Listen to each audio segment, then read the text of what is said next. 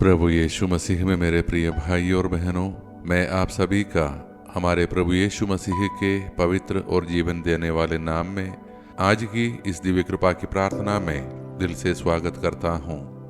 आज की इस प्रार्थना में प्रवेश करते समय मैं आपसे निवेदन करता हूँ, जरा ठहरिए, अपने भीतर झांकिए और उन भावनाओं को पहचानिए जिन्हें आप अक्सर शब्द नहीं दे पाते। कभी कभी हमारे जीवन की सबसे गहरी पीड़ा बाहरी संघर्षों से नहीं, बल्कि लोगों की सोच, उनकी ईर्ष्या और उनके बदले हुए व्यवहार से आती है। आज का वचन उन सभी के लिए है जिन्होंने बिना गलती के दूरी, विरोध या कटुता झेली है। उनके लिए जिन्हें देखकर कभी लोग मुस्कुराते थे और आज उन्हीं से असहज हो जाते हैं। मैं उन सभी का हृदय से धन्यवाद करता हूँ जो प्रतिदिन इस दिव्य कृपा की प्रार्थना में जुड़ते हैं, जो इसे दूसरों के साथ साझा करते हैं और जो बिना दिखावे के दूसरों के जीवन में आशा का दीपक जलाते हैं। प्रभु आपको भरपूर आशीष दे। आज हम सामुएल का पहला ग्रंथ अध्याय 18 और 19 से वचन सुनेंगे। जब दाऊद विजय के बाद लौटता है, लोग गीत गाते हैं, साउल ने हजारों को मारा और दाऊद ने 10,000 को। तब साउल दाऊद से ईर्ष्या करने लगता है और उस दिन से दाऊद को संदेह की दृष्टि से देखने लगता है। बाद में साउल दाऊद को मार डालने की योजना बनाता है, पर योनाथन जो साउल का पुत्र है दाऊद के पक्ष में बोलता है और साउल को समझाता है। मेरे प्रिय भाई और बहनों, यह वचन हमें एक कड़वी लेकिन सच्ची वास्तविकता से परिचित कराता है कि जब परमेश्वर की कृपा किसी के जीवन में स्पष्ट दिखाई देने लगती है तो हर कोई खुश नहीं होता। साउल दाऊद से इसलिए नहीं डरता कि दाऊद ने कुछ गलत किया, बल्कि इसलिए कि लोग दाऊद में परमेश्वर की कृपा देखने लगे। ईर्ष्या का स्वभाव यही है, वह दूसरे की सफलता से खुद को खतरे में महसूस करती है। यहाँ साउल राजा है, सिंहासन पर है, फिर भी असुरक्षित है, क्योंकि जब हृदय परमेश्वर में स्थिर नहीं होता तो कोई भी प्रशंसा संतोष नहीं देती। दाऊद इस पूरे प्रसंग में चुप है। वह प्रतिक्रिया नहीं देता, वह बदला नहीं लेता, वह केवल परमेश्वर पर भरोसा करता है। और योनाथन वह हमें सिखाता है कि ईर्ष्या से भरी दुनिया में परमेश्वर हमारे लिए एक सच्चा मित्र भी तैयार करता है।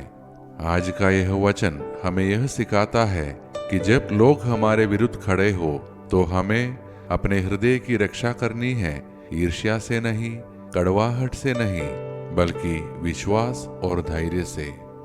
तो अब आइए मेरे प्रिय भाई और बहनों, हम सब अपने आप को प्रभु के हाथों में सौंपते हुए मिलकर प्रार्थना करें। हे हृदयों के ज्ञाता परमेश्वर, आज हम तेरे सामने उन घावों को लेकर आते हैं जो दिखते नहीं पर गहराई से दर्द देते हैं।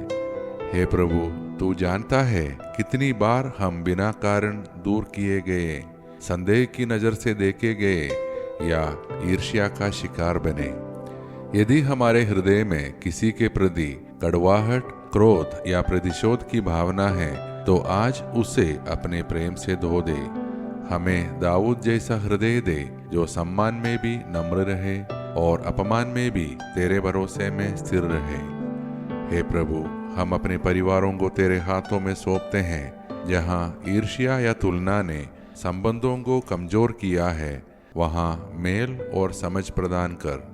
हम अपने कार्यस्थलों, पड़ोस और समाज के लिए प्रार्थना करते हैं। हमें ऐसा आचरण दे कि हम संघर्ष नहीं, शांति का कारण बने। हम अपने बच्चों और युवाओं के लिए प्रार्थना करते हैं। उन्हें दूसरों से तुलना नहीं, अपनी बुलाहट पहचानने की कृपा दे। हम उन लोगों के लिए प्रार्थना करते हैं जो आज दूसरों की प्रगति देखकर भीतर से टूट रहे हैं। हे प्रभु, उनके हृदय को भी चंगाई और संतोष प्रदान कर। हम बीमारों, मानसिक तनाव में रहने वालों और अकेलेपन से जूझ रहे लोगों को तेरे सामने रखते हैं। उन्हें यह अनुभव करा कि तू उनके साथ है। हे प्रभु, हम अपने देश और संसार के शासकों, अधिकारियों और नेताओं के लिए भी प्रार्थना करते हैं। उन्हें ईर्ष्या और अहंकार से दूर रख और उन्हें न्याय व करुणा से नेतृत्व करने की बुद्धि दे। हमें हर प्रकार के पाप, दुर्घटना, अनहोनी और अचानक व असामयिक मृत्यु से सुरक्षित रख। हे प्रभु, जब लोग हमारे विरुद्ध हो तो हमें यह स्मरण दिला कि तू हमारे पक्ष में है। ये सारे प्रार्थनाएं और हमारे मन के अनकहे प्रार्थनाएं हम समर्पित करते हैं हमारे प्रभु और तेरे पुत्र यीशु मसीह के नाम पर, जो स्वयं अपमान और विरोध से होकर प्रेम की विजय बने। आमीन। प्रिय भाई और बहनों, यदि आज की यह प्रार्थना आपके हृदय के किसी छुपे दर्द को स्पर्श कर गई हो तो जान लीजिए परमेश्वर ने उसे देख लिया है। कृपया इस प्रार्थना को अपने परिवार और मित्रों के साथ साझा करें ताकि कोई और भी यह जान सके कि ईर्ष्या लोगों की हो सकती है पर कृपा परमेश्वर की है। हम कल की दिव्य कृपा की प्रार्थना में फिर मिलेंगे। तब तक प्रभु हमको अपने प्रेम और शांति में सुरक्षित रखे।